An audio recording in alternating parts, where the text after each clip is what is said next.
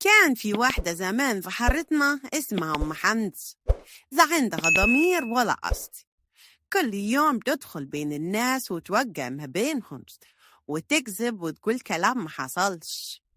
وفي يوم اتهمتني بكلام ما قلتوش عن جارتنا مؤمنة حبيبتي وصاحبتي، وخلت جوزها يجي في نص الشارع ويزعقلي. ما ردتش وسكت عشان العشرة والعيش والملح. وبعد كم يوم عرفت أم منة إن أنا ما قلتش الكلام ده عليها، وإنها في كلها كشفت ألاعيب أم حنتي وما ضاقاش حد يطيقها. وقلت ساعتها الكلمة اللي عمري ما هنساها: الواطي ميت وهو حي حدش يحسب حسابه، طعمه كيف الترمس اللي منريح دوره يشبه ذاقه. بس أقول هي طيبة قلبي دي اللي نشان لحال.